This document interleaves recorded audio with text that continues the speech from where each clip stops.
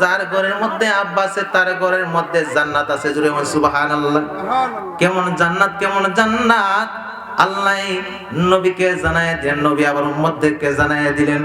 নবী জানায় দিলেন, উম্মতের দল, আমার উম্মত তোমরা জানিয়া রাখো, আমার উম্মতে যদি মার প্রতি যদি নেক নজরে তাকায়, দুনিয়ার মানুষে হজ আদায় করলে হজ হতেও পারে, আবার হজ নাও হতে পারে, ঠিক কিনা? টাকার মধ্যে সুদের গন্ধ থাকতে পারে, টাকার মধ্যে ঘুষের গন্ধ থাকতে পারে কি পারে না? কিন্তু মা এমন জিনিস, মার প্রতি যদি কোনো উম্মতে নেক নজরে একবার তাকায়, একটা মকবুল কবুল হজের সওয়াব দেওয়া হয়। যখন সুবহানাল্লাহ। সাহাবায়ে কেরামগণ জিজ্ঞেস করলেন, ইয়া রাসূলুল্লাহ, নবী গো, সন্তান যদি মার প্রতি 100 বার তাকায় কয় গুণ সওয়াব দেওয়া হবে? আমার নবী উম্মতদেরকে জানায় দেন, উম্মত, মার প্রতি যদি সন্তানের যদি 100 বার নেক নজরে থাকে, 100 বার হজ আদায় করলে যে সওয়াব হবে, 100 বার কবুল হজের সওয়াব তার আমলনামায় দেওয়া হবে। জুরে বলুন সুবহানাল্লাহ। আর মা যদি অসুখী হয়ে যায়, কবরের মধ্যে যাইবা, কবরের মধ্যে শান্তি পাইবা না। আমি একটা হাদিসের কথা বলে শেষ করে দিব বাবা, একটা হাদিসের ঘটনা শেষ করে দিব। আমার নবী মদিনা মুনওয়ারা দিয়ে হেঁটে যাচ্ছেন, রাস্তা দিয়ে হেঁটে যাওয়ার পরে রাহমাতাল লিল আলামিন চোখের পানি ফেলায় কান্দে। নবীর কান্না থামে নাই, কান্না থামে নাই। সাহাবীগণ অবাক হয়ে গেলেন, রাস্তা দিয়ে হাঁটার শুরুতে কেন নবী হঠাৎ দাঁড়ায়, কেন চোখের পানি ফেলায় কান্দে? কয়, ইয়া রাসূলুল্লাহ, নবী গো, ও নবী, আপনার সঙ্গে আমরা রাস্তা দিয়ে হাঁটতেছি, আপনি হঠাৎ করে চোখের পানি ফেলায় কেন কান্দেন? নবী ডাক দেয়া বলে, সাহাবীরা রে, ও সাহাবীরা, আমি নবী যা দেখি, যা শুনি, তোমরা তা দেখো না। জুরে বলুন সুবহানাল্লাহ। আমার নবী ডাক দেয়া কয়, সাহাবীরা রে, আমি রাস্তা দিয়ে যাচ্ছি, আমার পাশের মধ্যে যে গুরুস্থানটা আছে রে সাহাবী, ওই গুরুস্থানের মধ্যে বড় আযাব হচ্ছে, এমন আযাব হচ্ছে যে আযাবের কথা তোমরা রে বললে তোমরা সাহাবীরাও পাগল হইয়া যাইবা। সুবহানাল্লাহ। নবীর দরবারে সাহাবীগণ জিজ্ঞেস করলেন, ইয়া রাসূলুল্লাহ, কেমন আযাব হচ্ছে? খুব ভয়াবহ আযাব হচ্ছে। রাসূল হাত তুলিয়া দোয়া করলেন। আমার নবী যে জায়গার মধ্যে হাত তুলিয়া দোয়া করলেন, সমস্ত জায়গার মধ্যে আমার আল্লাহ দোয়া কবুল সঙ্গে সঙ্গে করে নেন। বলে সুবহানাল্লাহ। নবী হাত তুললেন আল্লাহর দরবারে, আল্লাহর কাছে ডাক দেয়া বলেন, আল্লাহ, ও আল্লাহ, এই ব্যক্তির কবরের মধ্যে এত আযাব হচ্ছে, আল্লাহ তারে তুমি মাফ করে দাও। নবী চোখের পানি ফেলায় কাঁদতেছে। নবীর কান্নার বদনতে নবীর জামা মোবারক একেবারে চোখের পানি ভিজা গেছে রে বাবা। ও আমার আব্বুজিরা, ওই মহিলার কবরের মধ্যে কেন আযাব হচ্ছে জানার দরকার আছে কি আছে না? জানার দরকার আছে কি আছে না? নবী সাহাবী কেরামদেরকে জিজ্ঞেস করলেন, ও সাহাবীরা, তোমরা মদিনার মধ্যে তালাশ করো, এই খবরটা কার? মদিনার মধ্যে অনেক মানুষ বসবাস করত, অনেক মানুষ কবরের পাশে আইলো। কেউই কোন এটা আমার ফুলার, এটা আমার বাবার, কেউই কোন এটা আমার দাদার গোস্তার, কেউ আর স্বীকার হয় না। লাশ কবরের মধ্যে আযাব হচ্ছে, কেউ স্বীকার আর হয় না। আমার নবী রাহমাতুল লিল আলামিন খবর জানে কি জানে না? কথা কইল, আমার নবী জানে কি জানে না? জানে। কেন আযাব হচ্ছে এটা নবী জানে। এই গুরুস্থানের মধ্যে কেউ আর আসে না, কই না বিলি এটা আমার ফুলার গুরুস্থান, আমার বাবার গুরুস্থান, কেউ আর স্বীকার করতে পারে না। হঠাৎ করে একজন মহিলা, বৃদ্ধ মহিলা, গল্লার মধ্যে ভর দেয়া আসতেছে। আসার পরে মহিলাটা নবীজির চোখের মধ্যে মহিলাটাকে দেখতে পাইল। ডাক দেখো, মা, মা গো মা, এই গুরুস্থানটা কার আপনি জানেন নি গো মা? ওই মহিলা ডাক দেয়া বলে, হুজুর,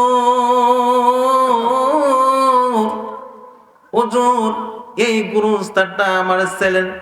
কারণ কি গো নবী, আপনি কেন ডাকলেন? কয়, মা গো মা, আপনার ছেলে আপনার সঙ্গে কি ব্যবহার করছে? কয় আপনার ছেলে কবরের মধ্যে আযাব হইতেছে মা, আপনার ছেলের কবরের মধ্যে জাহান্নামের আগুন দাউ দাউ করে জ্বলতেছে। ও মা, কি এমন অপরাধ করেছে আপনার ছেলে? মা যখন ওই খবর শুনলো, মা চোখের পানি না পালাইয়া মা মনে মনে খুশি হইল। জোরে কইন আল্লাহু আকবার। মামা কি হইছে? খুশি হইছে। কেন খুশি হইছে? ওই নবী ডাক দেখো মা গো মা,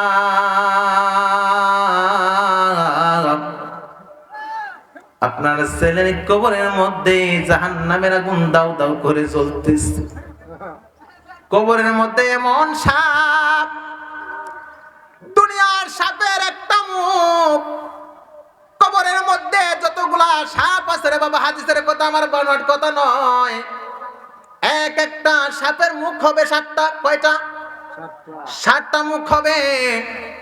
একটা সাপে যদি দুনিয়ার মধ্যে সাপে যদি একটা শ্বাস পালাই, আমরা যেভাবে শ্বাস পালাই দুনিয়ার মধ্যে, কবরের সাপে যদি দুনিয়ার মধ্যে শ্বাস পালাই, তো দুনিয়ার মধ্যে যত গাছ গাছালি আছে সঙ্গে সঙ্গে পুরে সারকার হয়ে যেত। কোন সুবহানাল্লাহ। নবী ডাক দেয়া কয় মা,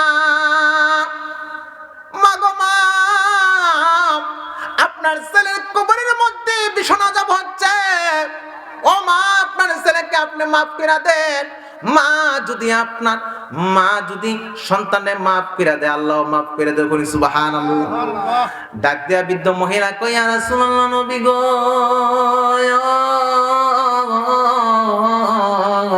ও নবী, আমি কিভাবে মাফ করতাম ওই ফুলাডারে গো নবী।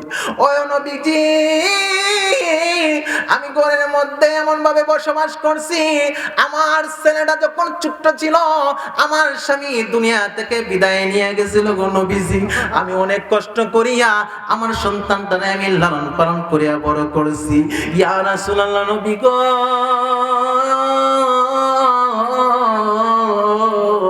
ইয়া রাসূলুল্লাহ, নবীজি, ওই কবরের মধ্যে কেন আযাব হচ্ছে আমি অনুধাবন করতে পারছি। কি অনুধাবন করতে পারছো গো মা? কয়, ইয়া রাসূলুল্লাহ, নবীজি, আমার ছেলের যখন আমি বিয়া করাইছি, আমার সন্তান যখন বড় হইয়া গেছে, আমার সন্তানের যখন বিয়া করাইলাম, বিয়া করানোর পরে সন্তান যখন যখন ঘরের মধ্যে বসবাস করতে শুরু করলো, হঠাৎ করে একদিন বৌমা যেন আমার ছেলের কানের মধ্যে ফিস ফিস কইরা কিতা কইছে, কি জানি কি কইছে। মার ছেলে বউয়ের কথা হই না, মার গালের মধ্যে একটা থাপ্পড় মাইরা দিছে। কন্যা উযবিল্লাহ। ওই মার কবরের মধ্যে, মার গালের মধ্যে থাপ্পড় দিতে দেরি হইছে, আল্লাহ পাক রব্বুল আলামিন দুনিয়া থাকা অবস্থায় তার কবরটারে জাহান্নাম বানাই দিছে। কন্যা আল্লাহু আকবার। তে মা দুনিয়া থাকা অবস্থায় জান্নাত, আবার কিতা জাহান্নাম। তে মার খেদমত করতে হইব। ওই ব্যক্তিরে যখন ছেলে তো মার অন্তরে মায়া লাগে কি লাগে না, সে দাঁড়াইতেছে কথাটা, ওখন মা কইতাছে আল্লাহর কাছে, আল্লাহ গো, ও আল্লাহ, আমার ছেলে যত গুনাহ করছে, রাসূল আল্লাহকে বললেন, আল্লাহ ওই মহিলাকে ওই কবরে আযাবটা দেখাও। আল্লাহ দেখাইলেন, দেখাইতে দেরি হইছে, ওই যে দেখাইলো কবরের মধ্যে জাহান্নামের আগুন দাউ দাউ করে জ্বলতেছে।